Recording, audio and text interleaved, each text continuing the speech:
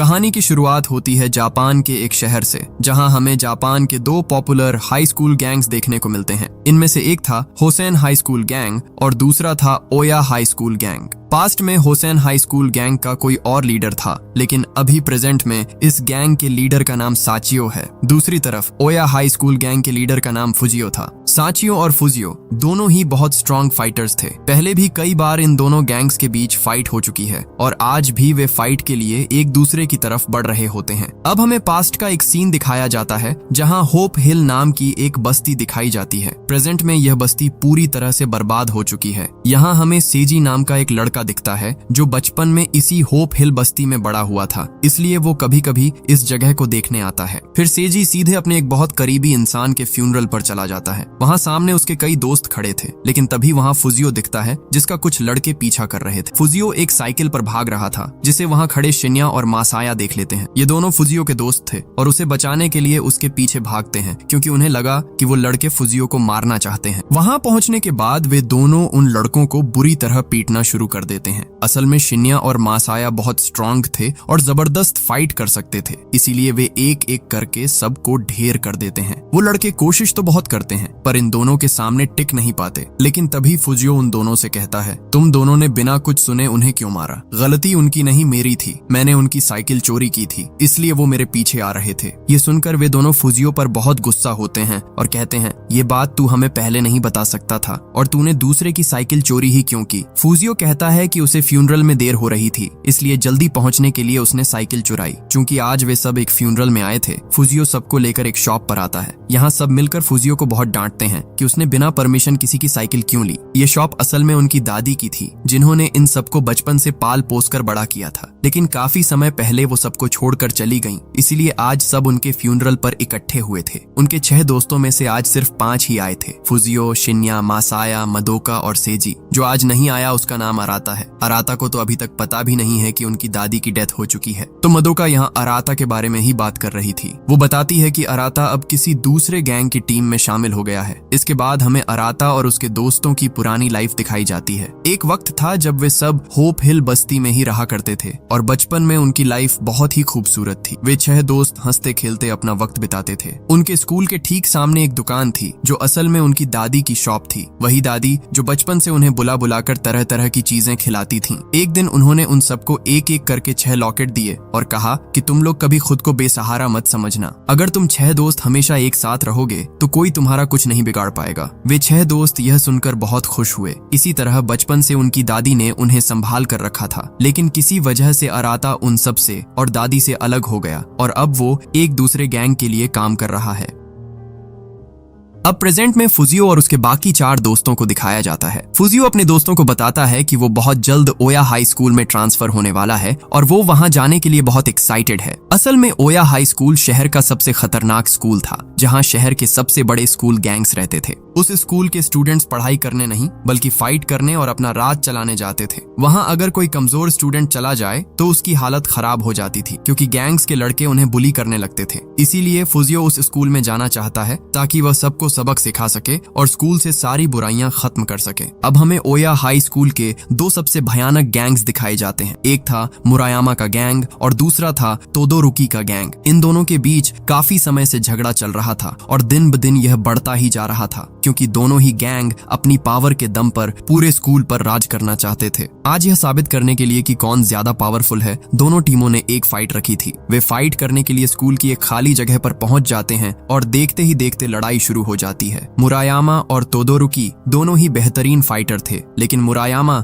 आज की फाइट के लिए काफी तैयारी करके आया था। सीन में दिखता है कि दोनों लीडर्स के बीच कांटे की टक्कर हो रही है और उनके साथी उन्हें चीयर कर रहे हैं। हालांकि मुरायामा इतना स्ट्रांग था कि तोदोरुकी उसका मुकाबला नहीं कर पा रहा था। फाइट बहुत ही एक्साइटिंग मोड पर पहुंच जाती है और जैसे ही मुरायामा को मौका मिलता है वो तोदोरुकी की एक आंख पर वार कर देता है। इससे तोदोरुकी काफी कमजोर पड़ जाता है। तभी मुरायामा दौड़ कर आता है और तोदोरुकी को एक जोरदार लात मारकर गिरा देता है, जिससे तोदोरुकी आज उससे हार जाता है। दूसरी तरफ हम फुजियो को देखते हैं, जिसका ओया हाई स्कूल में आज पहला दिन था। स्कूल में उसके 2 पुराने दोस्त भी थे जो खुद काफी पावरफुल गैंगस्टर्स थे, सुक्सा और जमुआ। वे दोनों फुजियो को स्कूल के अंदर ले जाते आते हैं और उसे पूरा स्कूल घुमा घुमा कर दिखाने लगते हैं। जब वे स्कूल के एकदम बीच में पहुंचते हैं तो उनके सामने कई गैंग्स खड़े थे जो स्कूल पर अपना राज चलाना चाहते थे। सुक्सा वहां चिल्लाकर सबसे पूछता है, आज इस स्कूल का असली लीडर कौन है? तब सामने खड़ी एक टीम का लीडर आगे आता है और कहता है कि वो यहाँ का असली गैंगस्टर है, लेकिन सुक्सा उसे टोकते हुए कहता है, तू गलत बोल रहा है। हमारे स्कूल का असली लीडर और गैंगस्टर आ गया है और उसका नाम फुजियो है। आज से फुजियो ही हमारा लीडर है। ये सुनकर सब हंसने लगते हैं क्योंकि फुजियो को देखकर वे उसे कमजोर समझ रहे थे। वे फुजियो का मजाक उड़ाते हुए कहते हैं, ये बनेगा हमारा लीडर, इसे देखकर तो ये बच्चा लग रहा है। यह सुनते ही फुजियो को बहुत गुस्सा आ जाता है और वो सबको अपना असली रूप दिखाता है। वो दौड़कर उन पर हमला कर देता है और सबको पीटना शुरू कर देता है। वहाँ अलग अलग गैंग्स के बहुत सारे लड़के थे, लेकिन फुजियो इतना पावरफुल था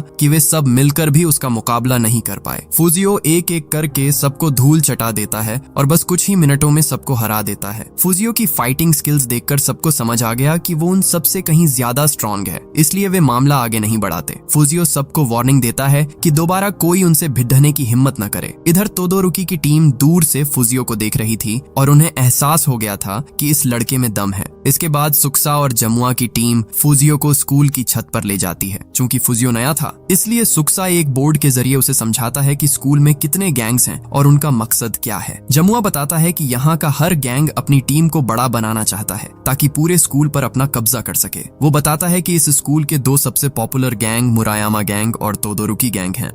फिलहाल इन्हीं का पूरे स्कूल पर राज है और इनके बीच सालों पुरानी दुश्मनी है। अभी कुछ दिन पहले ही इनके बीच फाइट हुई थी जिसमें मुरायामा ने तोदोरुकी की आंख पर गहरी चोट पहुंचाई थी, जिसकी वजह से तोदोरुकी अभी बीमार है। यानी मुरायामा तोदोरुकी से भी ज्यादा खतरनाक है। जमुआ उसे दो और स्टूडेंट्स के बारे में बताता है, फर्स्ट ईयर का नाको और सेकंड ईयर का नाकाजानो। ये दोनों अच्छे स्टूडेंट्स तो थे ही, साथ ही इनके पास अपने पावरफुल गैंग्स भी थे और इनकी फाइटिंग स्किल्स भी कमाल की थी। असल में स्कूल के हर सेक्टर में कोई न कोई गैंग अपना राज चला रहा है। इसके बाद जमुआ उसे यासी और कियोसी नाम के दो गैंगस्टर्स के बारे में बताता है। वे दोनों भी जबरदस्त फाइटर्स थे और स्कूल में गैंग लीडर के तौर पर मशहूर थे। उन दोनों को क्रेजी डुओ कहा जाता है क्योंकि वे हमेशा साथ रहते हैं और साथ मिलकर ही फाइट करते हैं। सुक्सा यहाँ फुजियो को बताता है कि ये दोनों शायद उनके उसी अपार्टमेंट में रहते हैं। तभी वहाँ फुजियो से मिलने तोदोरुकी की टीम के दो लोग आते हैं जिनका नाम शेबामे और सुजी था। वे फुजियो से कहते हैं, पहले दिन स्कूल आकर खुद को हीरो समझ रहा है क्या? तू अभी हमारे बॉस को जानता नहीं है। हिम्मत है तो पहले उन्हें हरा कर दिखा, तब देखेंगे कि तुझमें लीडर बनने की कितनी औकात है। उनकी बात सुनकर फुजियो हंसने लगता है और कहता है, मैं कमजोरों से फाइट नहीं करता। मुझे लगता है कि मुकाबला हमेशा बराबरी का होना चाहिए, इसलिए मैं तोदोरुकी के ठीक होने तक का इंतजार करूंगा। तब साबित होगा कि सबसे ज्यादा पावरफुल कौन है। दूसरी तरफ हमें साचियो नाम का एक लड़का दिखता है जो एक गैंगस्टर था। साचियो एक नाइट क्लब में आया है और वहाँ कुछ लोगों के साथ उसकी फाइट हो रही थी क्योंकि वे उसे अंदर नहीं जाने दे रहे थे। लेकिन साचियो खुद एक बहुत बड़ा फाइटर था, इसलिए वो अकेला ही सबको पीट पीट कर अधमरा कर देता है। दरअसल उसकी बहन यूई उस क्लब के अंदर थी और वो उसे वहाँ से ले जाने आया था। यूई थोड़ी बिगाड़ैल किस्म की लड़की थी जिसे क्लबों में वक्त बिताना पसंद था, पर साचियो को यह बिल्कुल पसंद नहीं था, इसलिए वो सबसे लड़कर यूई को वहाँ से निकाल ले जाता है।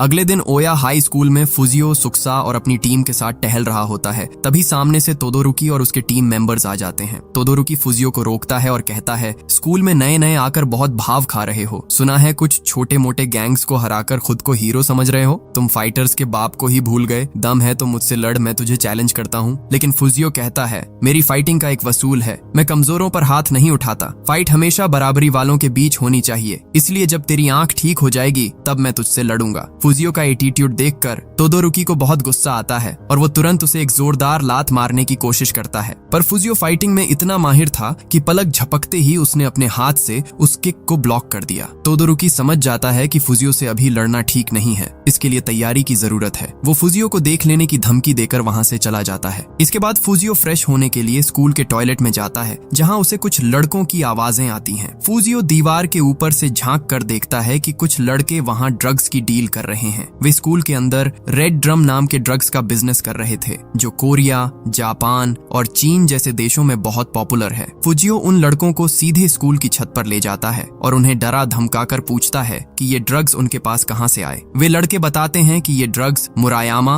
और उसके ग्रुप के जरिए स्कूल में आ रहे हैं। इधर जब वे सब मुरायामा के बारे में बात कर रहे थे तो मुरायामा उनके ठीक पीछे ही एक जगह पर मौजूद था। वह उनकी सारी बातें सुन रहा था, लेकिन उसने उस तरफ ज्यादा ध्यान नहीं दिया। तभी साइकी नाम का एक आदमी उसके पास आता है और रेड ड्रम के सर्कुलेशन के बारे में बात करना चाहता है, लेकिन अचानक मुरायामा बुरी तरह भड़क जाता है और चिल्लाने लगता है। दरअसल उसका यह गुस्सा रेड ड्रम की वजह से नहीं बल्कि किसी और बात पर था। वो स्कूल के बाहर एक जॉब करता था, लेकिन उसकी इस गैंगस्टरगिरी की वजह से कल उसे नौकरी से निकाल दिया गया। उसके घर की माली हालत बहुत खराब थी, इसलिए उसे नौकरी की सख्त जरूरत थी। अब जॉब चले जाने से वो बहुत ज्यादा टेंशन में आ जाता है। तब साइकी उसे शांत करता है और कहता है कि उसके पास एक काम है। अगर मुरायामा कंस्ट्रक्शन वर्कर का काम कर सकता है तो वो उसे अपने पिता के पास ले जा सकता है, जो उसे काम पर रख लेंगे। मुरायामा तुरंत मान जाता है और साइकी उसे अपने पिता के पास ले जाता है। उसके पिता मुरायामा को कंस्ट्रक्शन वर्कर के तौर पर काम दे देते हैं। वहाँ हमें फुजियो के दो दोस्त शिन्या और मासाया भी मिलते हैं, जो वहीं कंस्ट्रक्शन वर्कर के तौर पर काम कर रहे थे। यही मुरायामा की उन दोनों से जान पहचान होती है। जब वे तीनों बात कर रहे होते हैं तभी शिन्या और मासाया की नजर अराता पर पड़ती है, जो बहुत समय पहले उनसे अलग हो गया था। अलग होने के बाद उसने किसी से कोई कांटेक्ट नहीं किया था, यहाँ तक कि वो अपनी दादी के फ्यूनरल पर भी नहीं आया था। शिन्या और मासाया उससे बात करने के लिए आगे बढ़ते हैं। अराता वहाँ कुछ वर्कर्स को रेड ड्रम ड्रग्स सप्लाई कर रहा था। जैसे ही अराता वहाँ शिन्या और मासाया को देखता है, वो जल्दी से ड्रग्स सप्लाई करके वहाँ से निकल जाता है। उधर मुरायामा जब वहाँ रेड ड्रम देखता है तो हैरान रह जाता है, क्योंकि उसे लगा था कि ये ड्रग्स सिर्फ स्कूल के गैंगस्टर्स ही लेते हैं, पर अब उसे समझ आता है कि ये नशा तो हर तरफ फैल चुका है। उसी दिन जब फुजियो, शिन्या, मासाया, सांचियो और मदोका साथ बैठकर गप्पे मार रहे थे,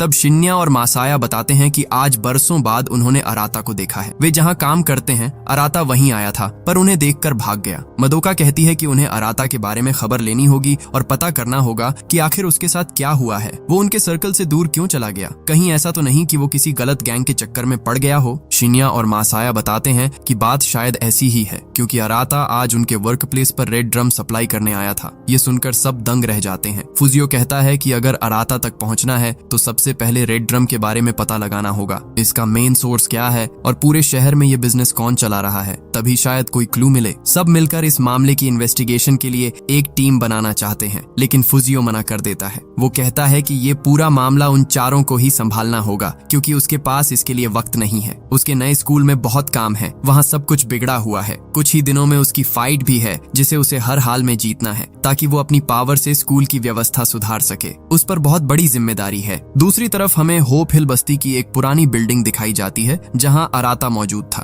अराता अपने कुछ साथियों के साथ उस बिल्डिंग में जा रहा था। यहाँ पता चलता है कि अराता असल में केंद्रा नाम के एक गैंग के साथ काम कर रहा है। इस गैंग का मेन काम ड्रग्स का बिजनेस करना ही है। वे होप हिल बस्ती की इसी बिल्डिंग में अपने लोगों से ड्रग्स बनवाते हैं। अराता जैसे बहुत से लोग यहाँ ड्रग सप्लाई का काम करते हैं। ये बिल्डिंग पूरी तरह से टूटी फूटी और सुनसान थी, इसलिए यहाँ लोगों का आना जाना नहीं था, जिसका फायदा उठाकर यहाँ धड़ल्ले से अवैध ड्रग्स बनाने का काम चल रहा था। अब अराता अपने साथियों के साथ इस ग्रुप के लीडर के पास आता है, जिसका नाम केनी हीरा है। वह बहुत ही गुस्से वाला इंसान था। अगर उसके ड्रग्स के बिजनेस में कोई छोटी सी भी गलती कर दे तो वह उसे कड़ी सजा देता था। केनी हीरा यहाँ अराता से आज की डील के बारे में बात कर रहा था। तभी वहाँ दो लड़के दौड़ते हुए आते हैं और बताते हैं कि उन्होंने जो ड्रग्स स्टॉक करके रखे थे वो चोरी हो गए हैं और उन्हें एक लड़की ने चुराया है। असल में वो ड्रग्स यूई ने चुराए थे, जो सांचियो की बहन है। यह खबर सुनकर लीडर केनी हीरा अपनी टीम पर बुरी तरह भड़क जाता है, क्योंकि उनकी लापरवाही की वजह से इतने महंगे ड्रग्स चोरी हो गए। वो कई लोगों की पिटाई करता है और सबको ऑर्डर देता है कि जितनी जल्दी हो सके उस लड़की को ढूंढ कर निकालो।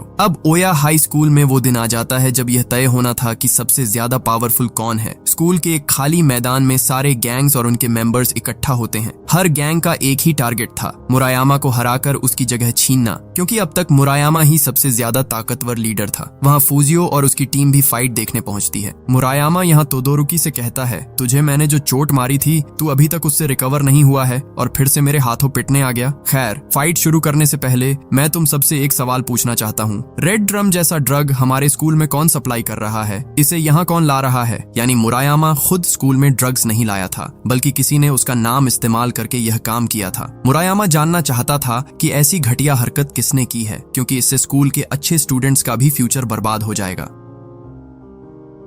मुरायामा की बात सुनकर फुजियो को एहसास होता है कि मुरायामा उतना भी बुरा इंसान नहीं है, वो शायद स्कूल का भला ही चाहता है। तभी सुक्सा और जमुआ कहते हैं कि उन्हें ड्रग्स के बारे में पता है। ये ड्रग्स असल में होसेन हाई स्कूल से आने शुरू हुए हैं। वहाँ के कुछ गैंग लीडर्स अलग अलग स्कूलों में ये नशा फैला रहे हैं। जमुआ तब होसेन हाई स्कूल के बारे में बताना शुरू करता है। दरअसल होसेन हाई स्कूल एक बहुत ही पावरफुल स्कूल है जिसे कई बड़े गैंग्स चलाते हैं। वहाँ के लीडर्स बहुत ही खतरनाक हैं, जिनमें हितोसी, सुलझी, केनो, अजिमाई और ताओमिंग जैसे नाम सबसे ज्यादा पॉपुलर हैं। होसेन हाई स्कूल की एक खास बात यह है कि इस स्कूल का हर एक स्टूडेंट बहुत ही जबरदस्त फाइटर है। असल में फाइटर्स ही इस स्कूल में एडमिशन लेते हैं, वरना किसी भी साधारण लड़के के लिए इस स्कूल में टिक पाना मुमकिन नहीं है। हालांकि इस स्कूल के तमाम लीडर्स के ऊपर भी एक और लीडर है जो सबसे ज्यादा खतरनाक है। यहीं पर नाकागुसी नाम का एक लीडर था जो फुजियो को काफी अच्छे से जानता था। वह अपनी पूरी टीम से फुजियो को इंट्रोड्यूस कराता है और कहता है कि फुजियो एक बहुत ही स्ट्रॉन्ग फाइटर है। वह फुजियो को काफी पहले से जानता है और उसकी टीम कहती है कि फुजियो उन्हें जो भी करने को कहेगा वे वही करेंगे। फुजियो ये सुनकर काफी खुश हो जाता है। तो अब मुरायामा यहाँ सबसे कहता है कि आज उसका मूड ठीक नहीं है, इसलिए वो किसी के साथ फाइट नहीं करना चाहता, लेकिन वो सबको एक जिम्मेदारी देता है, ये पता लगाना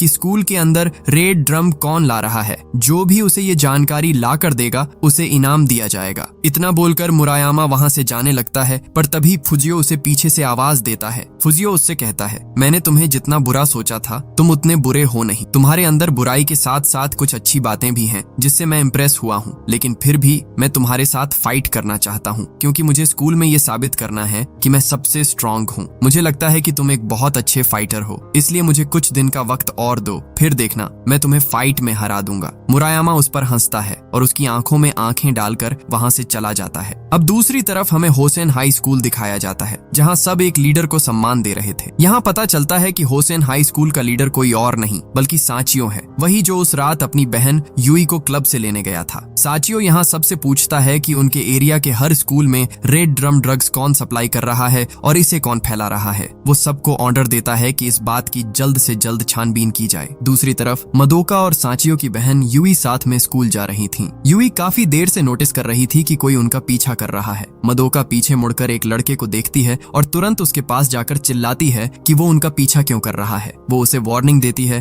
कि अगर दोबारा उनके पीछे आया तो वो उसकी हालत खराब कर देगी। इस लड़के का नाम मुरा था। मुरा मदोका से कहता है कि वो उनका पीछा नहीं कर रहा, वे उसे गलत समझ रही हैं। लेकिन तभी अचानक कुछ लड़के यूई पर हमला कर देते हैं। मुरा ये देख लेता है और दौड़कर उन लड़कों से फाइट करने लगता है और किसी तरह यूई को बचा लेता है। अब यूई मुरा को गौर से देखती है और समझ जाती है कि मुरा होसेन हाई स्कूल का स्टूडेंट है जहाँ उसका भाई पढ़ता है। इधर साचियो को एक कब्रिस्तान में दिखाया जाता है जहाँ उसके पिता की कब्र थी। वो अक्सर यहाँ आकर वक्त बिताता है, लेकिन तभी वहाँ फुजियो आ जाता है। फुजियो असल में अपनी दादी की कब्र पर आया था जहाँ वो अक्सर आया करता है। इधर जब एक बुजुर्ग महिला सीढ़ियाँ चढ़ रही थीं, तो वे गिरने ही वाली थीं कि फुजियो ने उन्हें बचा लिया, पर उन्हें बचाने के चक्कर में वो खुद गिर गया। साचियो ने तब फुजियो की मदद की, उसे कुछ बैंडेड दिए और पीने के लिए एक ड्रिंक भी दी। फुजियो इससे बहुत खुश हुआ और उसने साचियो को थैंक्स कहा। इस तरह यहाँ वे दोनों पहली बार मिले। उन्होंने एक दूसरे का नाम तो जान लिया, पर किसी ने यह नहीं बताया कि वे कौन से हाई स्कूल में पढ़ते हैं। अब वे दोनों वहीं खड़े होकर वहाँ के खूबसूरत नजारे देख रहे थे और एक दूसरे से पूछ रहे थे कि क्या वे कभी स्कूल टॉपर रहे हैं। साचियो ने मजाक में कहा, मैं तो हमेशा स्कूल टॉपर था,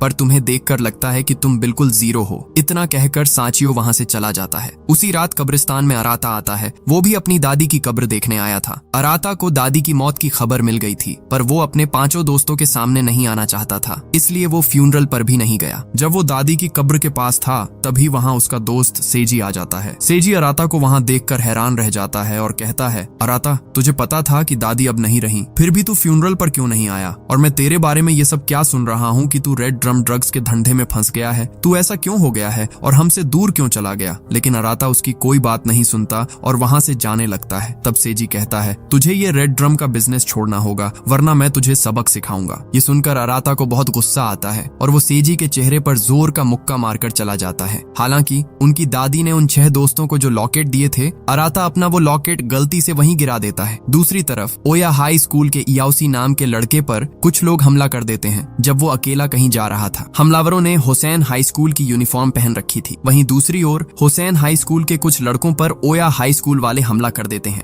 लड़ाई के दौरान हुसैन का साउजी किसी तरह एक हमलावर का मास्क खींच देता है और उसका चेहरा देख लेता है। इस पर ओया हाई स्कूल के लड़के उसे और बुरी तरह पीटने लगते हैं ताकि वो मर जाए और किसी को कुछ बता न सके। वे उसे मार मार कर लहूलुहान कर देते हैं, पर तभी साउजी के दोस्त वहां आ जाते हैं और ओया स्कूल वाले भाग खड़े होते हैं। उस रात अलग अलग जगहों पर ओया और हुसैन स्कूल के लड़कों के बीच ये हमले हुए, लेकिन इसके पीछे की असली वजह हमें आगे पता चलेगी। इधर हुसैन हाई स्कूल के साउजी की हालत इतनी सीरियस थी कि उसे तुरंत आईसीयू में एडमिट करना पड़ा। दूसरी तरफ उसी रात शिन्या और मासाया मुरायामा से बात कर रहे थे। उन्होंने बताया कि उन्हें कियानरा नाम के एक गैंग के बारे में पता चला है जो शायद रेड ड्रम बना रहे हैं। वे मुरायामा से इस गैंग के बारे में और जानकारी चाहते थे। अगली सुबह ओया हाई स्कूल में यह खबर फैल गई कि हुसैन हाई स्कूल के लड़कों ने उनके स्टूडेंट्स पर हमला करके उन्हें अधमरा कर दिया है। यहाँ तक कि उन्हें स्कूल में एक लेटर भी मिला जिसमें हुसैन हाई स्कूल ने उन्हें चैलेंज किया था। लेटर में लिखा था कि वे ओया स्कूल के साथ एक बहुत बड़ी फाइट करना चाहते हैं, या तो वे जीतेंगे या हुसैन। उसमें फाइट की डेट, टाइम और जगह भी लिखी हुई थी।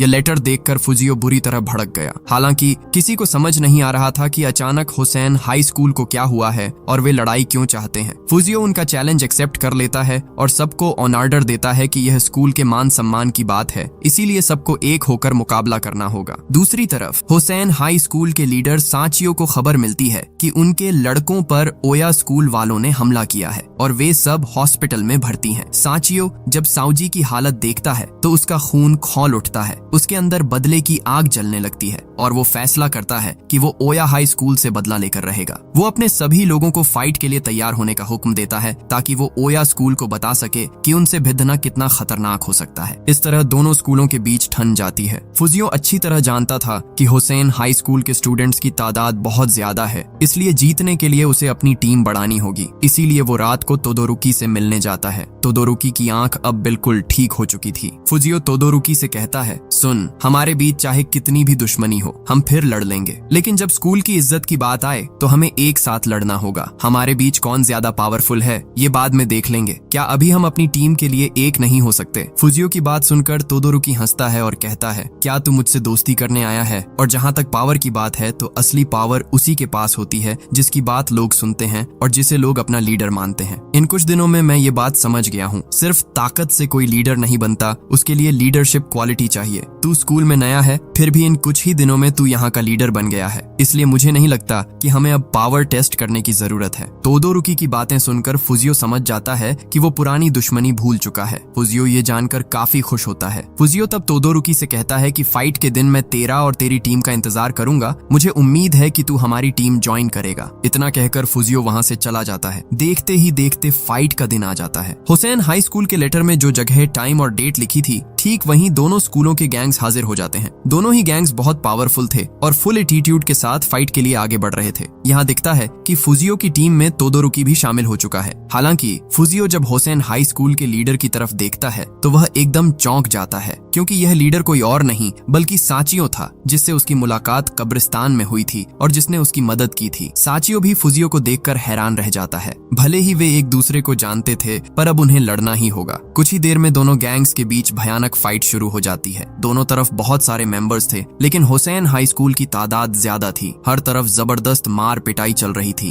तादाद कम होने की वजह से ओया हाई स्कूल के मेंबर्स कम पड्डी डीएचने लगे थे। इधर तोदोरुकी और फुजियो बहुत शानदार फाइट कर रहे थे और अब तक कई लोगों को हरा चुके थे। लेकिन एक वक्त ऐसा आया जब लगा कि ओया हाई स्कूल हार जाएगा, क्योंकि उनके लड़ने वाले मेंबर्स बहुत कम बचे थे। आखिर में फुजियो और तोदोरुकी ही मोर्चा संभाले हुए थे। धीरे धीरे फाइट में सब हार जाते हैं और मैदान में सिर्फ फुजियो और साचियो बचते हैं। फुजियो के मन में में सांचियो के लिए सॉफ्ट कॉर्नर था, पर स्कूल की खातिर उसे लड़ना ही था। जैसे ही वे दोनों फाइट शुरू करने वाले होते हैं, तभी मुरायामा अपनी पूरी टीम के साथ गाड़ियों में वहां पहुंच जाता है। पर उसी वक्त सांचियो के पास उसका एक लडेज का दौड़ धच कर आता है और बताता है कि हॉस्पिटल में साउजी को होश आ गया है। साउजी ने बताया कि जिस दिन उस पर हमला हुआ था, उसने एक हमलावर का चेहरा देख लिया था। साउजी के मुताबिक उन पर हमला ओया हाई स्कूल के लड़कों ने नहीं, बल्कि कियानरा गैंग के लोगों ने किया था, जो ओया स्कूल का भेष बदल कर आए थे। यानी ये सब कियानरा गैंग की प्लानिंग थी, जो रेड ड्रम ड्रग्स का धंधा कर रहे हैं। असल में जब ओया और हुसैन स्कूल के गैंग्स ने ड्रग्स की जांच शुरू की, तो कियानरा गैंग ने उन्हें रास्ते से हटाने के लिए दोनों स्कूलों को आपस में लड़वा दिया, ताकि सब इस झगड़े में उलझे रहें और उनके ड्रग्स बिजनेस में कोई दखल न दे सके। यहाँ मुरायामा एक स्पीकर के जरिए सबको पूरी बात बताता है कि उनके बीच ये झगड़ा कियानरा गैंग ने लगवाया है। ये सब सुनकर सांचियो और फुजियो को पूरी बात समझ आ जाती है। सांचियो तब अपने टीम मेंबर्स से कहता है कि उनकी सारी फाइट यहीं खत्म होती है, और इतना कहकर वह अपनी टीम के साथ वहां से चला जाता है। इधर फाइट खत्म होने के बाद ओया हाई स्कूल के सब आराम कर रहे थे। तभी फुजियो तोदोरुकी से कहता है कि हुसैन हाई स्कूल के गैंग वाले काफी पावरफुल हैं और उनकी फाइटिंग स्किल्स भी बहुत अच्छी हैं। उस रात जब फुजियो अपने 5 दोस्तों के साथ गप्पे मार रहा था, तब मदोका उस पर बहुत गुस्सा होती है। वो उसे काफी डांटती है, क्योंकि उन्हें पता चल गया था कि फुजियो ने आज हुसैन हाई स्कूल के साथ बहुत बड़ी फाइट की है। मदोका उसे ऐसा करने से मना करती है और कहती है कि वो स्कूल पढ़ाई करने गया है, इसलिए उसे पढ़ाई पर ध्यान देना चाहिए। उसे इस तरह फाइट क्यों करनी है? अगर उसे कुछ हो गया तो? तभी सब लोग एक बात नोटिस करते हैं, सेजी के चेहरे पर चोट का निशान। सब उससे पूछते हैं कि उसे ये चोट कैसे लगी। सेजी बताता है कि कल उसकी मुलाकात दादी की कब्र के पास अराता से हुई थी। उसने अराता को ड्रग्स का बिजनेस छोड़ने के लिए कहा था, इसलिए अराता ने गुस्से में उसे मारा और वहां से चला गया। ये सुनकर मदोका कहती है कि अराता के हमसे दूर जाने के पीछे कोई न कोई वजह जरूर है। अराता बदला नहीं है, अगर वो बदल गया होता तो दादी की कब्र पर क्यों आता? पक्का वो हमेशा हमारी खबर रखता है। असल में बहुत समय पहले अराता की माँ बीमार हो गई थी और उनके इलाज के लिए बहुत पैसों की जरूरत थी। अराता ने कई जगह काम करने की कोशिश की, लेकिन उन मामूली पैसों से माँ का इलाज मुमकिन नहीं था। इसलिए मजबूरी में उसने गलत रास्ता चुन लिया और कियानरा गैंग के लिए ड्रग्स बेचने का काम शुरू कर दिया, जिससे उसे काफी पैसे मिलने लगे। लेकिन इन सब कामों में फंसकर वो खुद शर्मिंदा महसूस कर रहा था, इसीलिए वो अपने 5 दोस्तों से दूर हो गया। दूसरी तरफ हम अराता को होप हिल बस्ती की उस पुरानी बिल्डिंग में देखते हैं, जहां कियानरा गैंग का लीडर केनी हीरा अपने आदमियों से बात कर रहा था। वो कह रहा था कि ओया हाई स्कूल के लाडेज के उनके गैंग के लिए रुकावट बन रहे हैं, इसलिए उनका कुछ इंतजाम करना होगा। ये सुनकर अराता दौड़कर वहां आता है और लीडर से कहता है कि ओया स्कूल के लाडीडीएच के तो अपनी फाइट में बिजी हैं, उनके ड्रग्स बिजनेस में दखल देने की उनकी कोई संभावना नहीं है। केनी हीरा अराता पर बुरी तरह भड़क जाता है और उसे लात मारकर गिरा देता है। वो कहता है, तू क्या सोच रहा है? तू ओया स्कूल की तरफदारी क्यों कर रहा है? हमें सब पता है। ओया स्कूल का मौजूदा लीडर फुजियो है, जो तेरा बचपन का दोस्त है। तू उसे बचाने के लिए ये सब बोल रहा है, इसका मतलब तू गद्दार है। अभी के अभी यहाँ से निकल जा। केनी हीरा अराता को अपनी टीम से निकाल देता है। इसके बाद फुजियो कियानरा गैंग से फाइट करने के लिए जा रहा होता है, जिसे देखकर फुजियो के टीम मेंबर्स भी उसके पीछे चल देते हैं। यहाँ तक कि तोदोरुकी भी उसके साथ शामिल हो जाता है। वे सीधे होप हिल बस्ती पहुंचते हैं, जहाँ कियानरा गैंग का अड्डा था। उसी वक्त वहाँ सांचियो भी अपनी टीम लेकर पहुंच जाता है और तोदोरुकी से कहता है, आज हम एक साथ लड़ेंगे और इस कियानरा गैंग को पूरी तरह खत्म कर देंगे। इसके बाद दोनों स्कूलों के गैंग मेंबर्स आगे बढ़ने लगते हैं। इधर जब ऊपर से कियानरा गैंग के लोग उन सबको देखते हैं, तो वे भी अपने हाथों में हथियार उठाकर फाइट के लिए मैदान में उतर जाते हैं। देखते ही देखते वहां एक भयानक जंग शुरू हो जाती है। चूंकि सांचियो और फुजियो के दोनों गैंग्स मिल चुके थे, इसीलिए उनकी तादाद बहुत ज्यादा थी और कियानरा गैंग उनका मुकाबला नहीं कर पा रहा था। जब कियानरा गैंग के मेंबर कम पड़ीडीएचने लगे, तो वे बिल्डिंग के ऊपर से पत्थर बरसाने लगे। यहाँ सांचियो और फुजियो की टीम एक अजीब बात नोटिस करती है। वे कियानरा गैंग के लोगों को जितनी भी जोर से मार रहे थे, उन्हें कोई फर्क ही नहीं पड़ रहा था। असल में उन सब ने ड्रग्स ले रखा था, जिसकी वजह से उन्हें दर्द महसूस नहीं हो रहा था। इस वजह से फुजियो और सांचियो के लिए यह फाइट काफी मुश्किल हो गई, क्योंकि कियानरा गैंग वाले पागलों की तरह लडीडीएच रहे थे। इसी बीच फुजियो लढ़ते लढ़ते किसी तरह बिल्डिंग के अंदर घुस जाता है। केनी हीरा अपने कुछ आदमियों के साथ उसे रोकने आता है, पर तभी वहां शिन्या और मासाया पहुंच जाते हैं और उन्हें उलझा लेते हैं ताकि वे फूजियो तक न पहुंच सकें। दूसरी तरफ खबर मिलते ही मुरायामा भी ट्रक भरकर अपने साथियों के साथ वहां आ जाता है। वो सीधे दीवार तो डिकर बिल्डिंग के अंदर घुसता है और फिर शुरू होता है ओया हाई स्कूल और कियानरा गैंग के बीच असली महायुद्ध। मुरायामा के आते ही फाइट का पूरा सीन बदल जाता है। वो अकेला ही कियानरा ग्रुप के एक एक बंदे को ढेर करने लगता है। फूजियो, तोदोरुकी और सांचियो भी मिलकर सिचुएशन को कंट्रोल में ले आते हैं। इसके बाद फूजियो सीधे अराता को ढूंढने निकल जाता है। अंदर जाकर वो देखता है कि अराता फाइट का फायदा उठाकर पैसे लेकर भागने की कोशिश कर रहा है। फूजियो उसे रोकता है तो अराता उस पर हमला कर देता है। फूजियो उस पर हाथ नहीं उठाता, लेकिन अराता चिल्लाकर कहता है, तुम लोग मेरी मजबूरी कभी नहीं समझोगे, मेरे रास्ते से हट जाओ। और वो फूजियो को लगातार मारता रहता है। फूजियो तब रोते हुए चिल्लाकर कहता है, हम बचपन से दोस्त थे, भाई जैसे थे, फिर भी तूने अपनी तकलीफें हमसे शेयर क्यों नहीं की? क्या तुझे पता है कि तेरे बिना हम में से कोई खुश नहीं है? हम तुझे हर दिन मिस करते हैं, तू इतना मतलबी कैसे हो गया? इतना कहकर फूजियो अराता को एक जोरदार मुक्का मारता है। वो उसे दोबारा मारने वाला होता है कि तभी शिन्या आकर उसे रोक लेता है। अराता वहां फूट फूट कर रोने लगता है और साथ में फूजियो और शिन्या की आंखें भी भर आती हैं। दूसरी तरफ मुरायामा, सांचियो और तोदोरुकी की टीमें मिलकर कियानरा गैंग को पूरी तरह खत्म कर देती हैं और अपनी जीत का जश्न मनाती हैं। फूजियो और शिन्या अराता को उसके बाकी दोस्तों के पास ले जाते हैं। अराता को देखकर सब इमोशनल हो जाते हैं, पर सबके चेहरे पर एक सुकून वाली मुस्कान थी। फिर वे 6 दोस्त मिलकर अपनी दादी की कब्र पर जाते हैं और सेजी अराता को उसका खोया हुआ लॉकेट वापस कर देता है। इसके बाद 5 दोस्त मिलकर अराता की माँ के इलाज के लिए पैसे जुटाने लगते हैं। कुछ दिनों बाद फूजियो और सांचियो के गैंग फिर से आमने सामने खड़िडढ़ी होते हैं। उनके बीच एक जबरदस्त फाइट होती है जिसमें सांचियो फूजियो को हरा देता है। असल में अब उनके बीच लड़ाई एक आम बात हो गई थी, लेकिन जब भी किसी बुराई के खिलाफ खड्डा होना होता, ये 2 दुश्मन फिर से एक हो जाते। फूजियो को हारते देख तोदोरुकी उसके पास आता है तो फूजियो कहता है, देखना, एक दिन मैं सांचियो को बहुत बुरी तरह हराऊंगा। हारने के बावजूद फूजियो अपने दोस्तों के साथ खुश था, जिसे देखकर सांचियो दूर से मुस्कुराता है। आखिर में मुरायामा के स्कूल ट्रांसफर का वक्त आ जाता है। वो ओया हाई स्कूल के हर स्टूडेंट का शुक्रिया अदा करता है और विदा लेकर दूसरे स्कूल चला जाता है और यहीं पर यह कहानी खत्म हो जाती है।